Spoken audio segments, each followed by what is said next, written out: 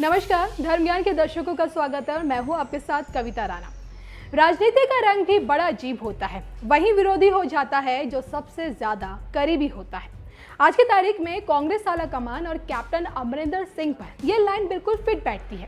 राजीव गांधी के क्लासमेट, राहुल गांधी के करीबी और पार्टी के दिग्गज नेता में टॉप पर रहने वाले कैप्टन अमरिंदर सिंह आज पंजाब की सत्ता से रिप्लेस हो चुके हैं।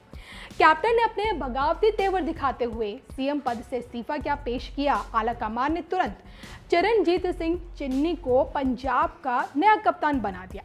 2022 में पंजाब चुनाव है, लेकिन चुनावी तपिश का एहसास अभी से हो रहा है।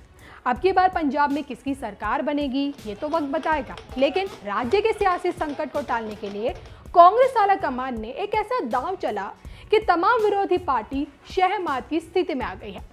चरणजीत सिंह चन्नी को राज्य का मुख्यमंत्री बनाकर आला कमान ने तुरुप का पत्ता फेंक दिया।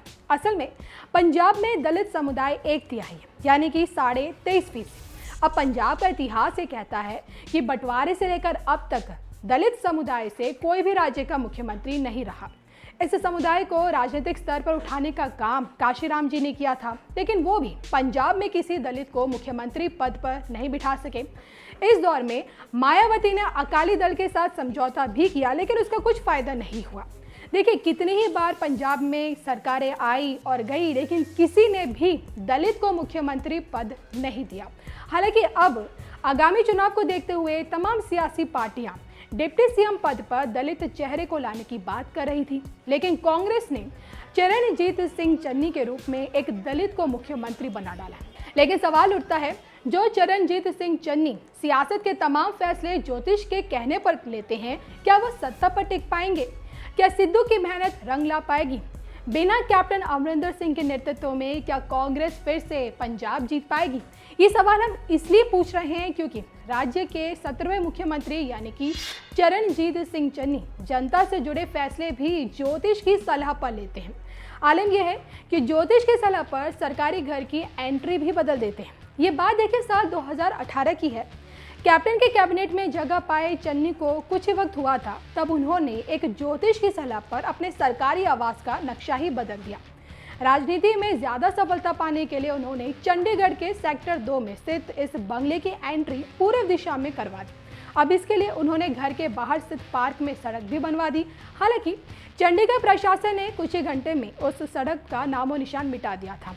चन्नी के कारनामे देखिए यही खत्म नहीं होते। एक बार उन्होंने अपने ज्योतिष की सलाह पर अपने खराड़ स्थित घर के लॉन में हाथी की सवारी की थी और बाद में उनकी इस तस्वीर पर लोगों ने भी काफ़ी मज़े लिए थे। और इतना ही नहीं, राजनीतिक गलियारों में तो ये भी कहते हैं कि चन्नी फैसले भी सिक्के उछाल कर करते हैं। मामला ये साल 2018 का है। असल में एक पॉलिटेक्निक इंस्टीट्यूट में लेक्चर के पद के लिए 2 उम्मीदवार पहुंचे। अब इन दोनों में से एक सही उम्मीदवार को चुनने के लिए चन्नी ने सिक्का उछाल कर फैसला किया और जिसके बाद राज्य सरकार की खूब किरकिरी हुई।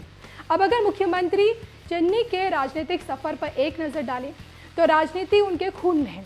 विरासत में मिली राजनीति के बल पर सरपंच के बेटे ने साल 2007 में पहली बार चमकौर साहिब विधानसभा क्षेत्र से विधानसभा चुनाव लड़ा और जीत गए। इसके बाद साल 2012 और 2017 में भी वो चुनाव जीतने में सफल रहे और साल 2015 में चन्नी पंजाब विधानसभा में विपक्ष के नेता भी रह चुके हैं। तो वही 2017 में टेक्निकल एजुकेशन की मिनिस्ट्री भी उन्होंने संभाली। फिलहाल चरणजीत सिंह चन्नी की ताजपोशी हो चुकी है और अब ये देखना बाकी है कि भाई उनके नेतृत्व में कांग्रेस की नैया आगे बढ़ेगी या फिर डूब जाएगी। इस पर आपकी क्या राय है? कमेंट करके ज़रूर बताइएगा।